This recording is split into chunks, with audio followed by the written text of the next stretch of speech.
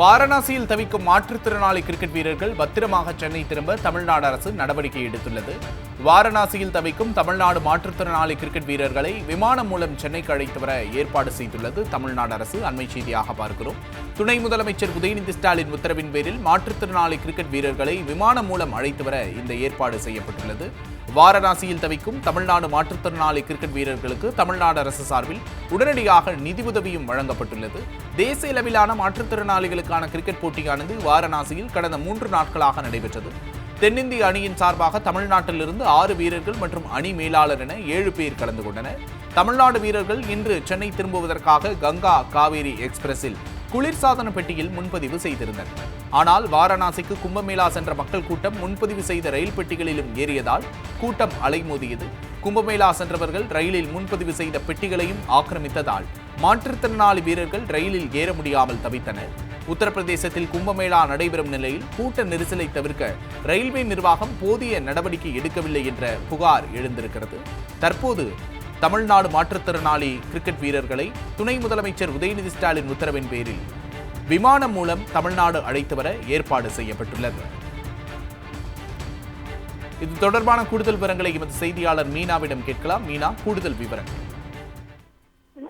வாரணாசியில் நடைபெற்ற மாற்றுத்திறனாளிகளுக்கான கிரிக்கெட் போட்டியில் பங்கேற்ற தமிழ்நாட்டைச் சேர்ந்த வீரர்கள் சென்னை திரும்ப முடியாமல் தவித்து வருகின்றனர் என்ற செய்தியை அறிந்தவுடனேயே தமிழ்நாடு முதலமைச்சர் விளையாட்டுத்துறை அமைச்சருமான உதயநிதி ஸ்டாலின் அவர்கள் வீரர்கள் உடனடியாக சென்னை வருவதற்கான நடவடிக்கைகளை விரைந்து எடுத்திருக்கிறார்.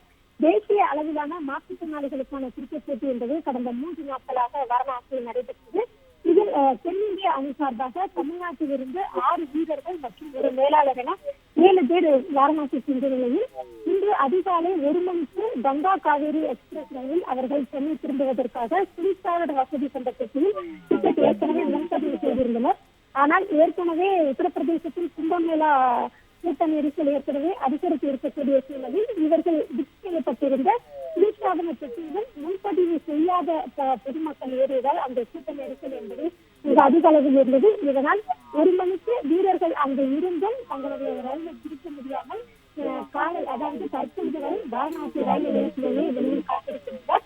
இந்த தகவல் அறிந்ததும் உடனடியாக தமிழ்நாடு அரசு மூலமாகவும் விளையாட்டுத்துறை மூலமாகவும் வீரர்களை உடனடியாக சென்னை அழைத்து வருவதற்கு நடவடிக்கை எடுக்கப்பட்டு வருகின்றது. குறிப்பாக விளையாட்டுத்துறை அமைச்சர் உதயநிதி ஸ்டாலின் இந்த தகவலை அறிந்த பிறகு வீரர்கள் விமானம் மூலம் சென்னை வருவதற்காக தொடர்ந்து விமானத்தின் டிக்கெட் அதாவது இருக்கின்றதா என்று தொடர்ந்து பார்க்கப்பட்டு அவர்கள் சென்னை வருவதற்கான ஏற்பாடு செய்யப்பட்டிருக்கின்றது. முதற்கட்டமாக அங்கு ரயில் நிலையத்தின் வெளியில் காத்திருக்கக்கூடிய வீரர்களுக்கு தற்காலிக தேவைக்கான உணவு போன்ற அடிப்படை தேவைகளுக்கான நிதி உதவி என்பது முதற்கட்டமாக வழங்கப்பட்டிருக்கின்றது. இதையடுத்து உடனடியாக அவர்கள் சென்னைக்கு விமானம் மூலம் அழைத்து வருவதற்கான நடவடிக்கை என்பது தொடர்ந்து எடுக்கப்பட்டு வரும் சூழலில் அடுத்த சில மணி நேரங்களில் எந்த விமானம் மூலம் வீரர்கள் சென்னை வர இருக்கின்றனர் என்பது தெரிய வர இருக்கின்றது.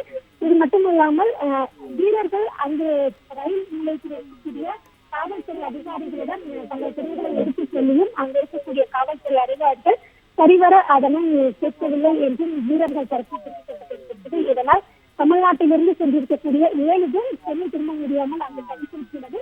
அவர்கள் விரைந்து சென்னை வருவதற்கான அனைத்து ஏற்பாடுகளும் துறையின் சார்பாகவும் தமிழ்நாடு அரசின் சார்பாகவும் எடுக்கப்பட்டிருக்கின்றது.